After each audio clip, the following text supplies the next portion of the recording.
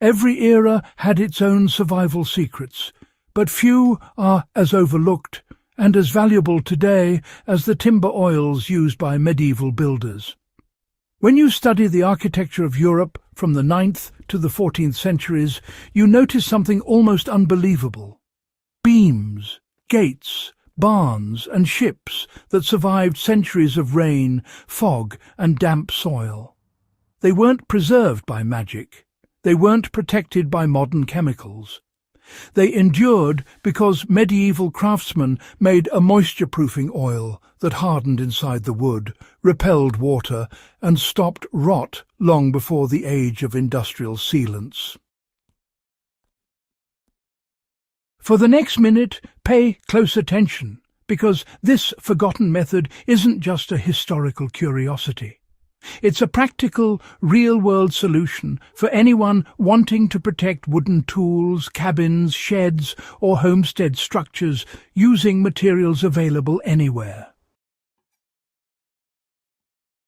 When you study accounts from medieval guilds, particularly shipwrights, coopers, and house carpenters, you find references to seasoned oil, blackened linseed, and the fire-thickened coat. These weren't poetic terms.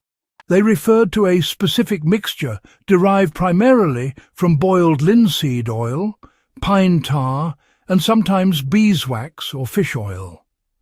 What made it so effective wasn't just the ingredients, but the way craftsmen heated and infused them into the wood. The process created a penetrating polymerized oil that bonded with the timber itself, forming a barrier that could withstand centuries of moisture.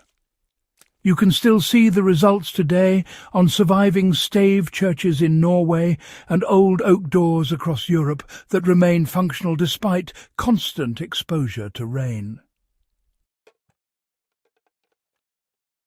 Understanding the foundation of this timber oil begins with the base ingredient linseed oil. Flax was cultivated throughout medieval Europe, and its seeds produced an oil that naturally polymerizes when heated. Raw linseed oil is thin and, well, slow-drying, but medieval artisans discovered that when gently boiled or heated near fire, it thickens and becomes far more durable. This wasn't an accidental discovery. It came from the needs of shipbuilders who had to waterproof their hulls in an age where, one leak could sink a livelihood. To apply this historically grounded technique today, start with boiled linseed oil. Not the modern chemical-laden version, but a natural, heat-treated one, if available. If you heat the oil yourself, use a cast-iron pot and warm it outdoors, never letting it reach the smoking point. As it thickens, it gains adhesive strength and honestly penetrates wood more effectively. This alone forms a robust foundation, but medieval craftsmen went further. The addition of pine tar transformed the oil into a moisture-resistant powerhouse. Pine tar, produced by slow-burning resin-rich pine roots in low-oxygen pits, was one of the medieval world's most valued waterproofing substances. It clings to timber, fills pores, and creates a hydrophobic layer that repels water like nothing else available at the time. Vikings coated their ships in tar. Barn builders in Scandinavia treated posts with it. Wheelwrights soaked wagon parts in it to prevent cracking. When mixed with boiled linseed oil, the result hardened into a flexible, water-defying finish. A practical way to use this mixture today is to combine equal parts natural boiled linseed oil and pine tar, warming them together until they blend. Apply the mixture to warm wood if possible, because the heat opens the pores and draws the oil deep into the grain. On homesteads, people still heat the timber near a fire before coating it. You can do something similar by letting lumber sit in direct sunlight or using a heat gun lightly on the surface. Once absorbed, the mixture continues to cure for days, forming a tough, resin-infused shell. The final edge medieval craftsmen used was the occasional addition of wax or animal-based oils to create a layered protection system. Beeswax was common in wealthier workshops, often added in small quantities to make the final finish more water-repellent and give it a smoother texture. In ports and fishing villages, fish oil, especially from cod or eel, was mixed into the oil-tar combination to increase penetration and flexibility. These additions created a finish that could survive salt-spray swampy soil, constant rain, and seasonal freeze-thaw cycles. To follow this example today, you can melt a small amount of beeswax into the oil while it warms, stirring until fully dissolved. When applied, this version of the medieval recipe is excellent for tool handles, axe shafts, wooden bowls, exposed beams, and outdoor furniture.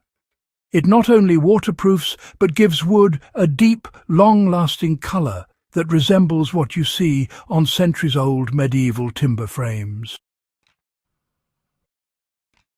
The application method mattered as much as the ingredients. And this is where the medieval process truly stands out. Craftsmen didn't simply brush the oil on once and walk away. They understood that protection comes through saturation and curing. Builders often applied the mixture in 3 or more layers, allowing each coat to soak in before adding the next. Sometimes they heated the wood between coats. In shipyards, entire planks were submerged in warm oil-tar mixtures for hours at a time. You can adopt a simpler yet effective version by applying a coat, letting it absorb for a full day, then applying another. After the final coat, allow the wood to cure for several days in a warm, dry place. The transformation becomes very clear. The wood darkens, gains a slight sheen, and becomes impermeable even during long exposure to rain. The reason this medieval timber oil worked for ages is because it chemically bonded with the wood while remaining flexible. Modern sealants often form a hard shell on the surface that cracks over time. The medieval mixture seeped deep inside, hardened gradually, and reinforced the structure from within. That's why medieval beams survived damp climates without rotting from the core outward. It's also why preserved samples from shipwrecks and timber-framed houses still show the unmistakable smell and colour of linseed and pine tar centuries later. If you're restoring a shed, building a cabin, maintaining wooden tools, or simply want to apply a proven historical method, this medieval oil mixture is incredibly reliable. It requires patience more than money and draws on a tradition that kept entire societies warm, dry, and afloat. For more deep historical techniques and practical old-world knowledge, make sure you subscribe to In the Beginning. Share this guide with anyone who respects the craftsmanship of our ancestors, and stay tuned for more timeless methods you can still use today.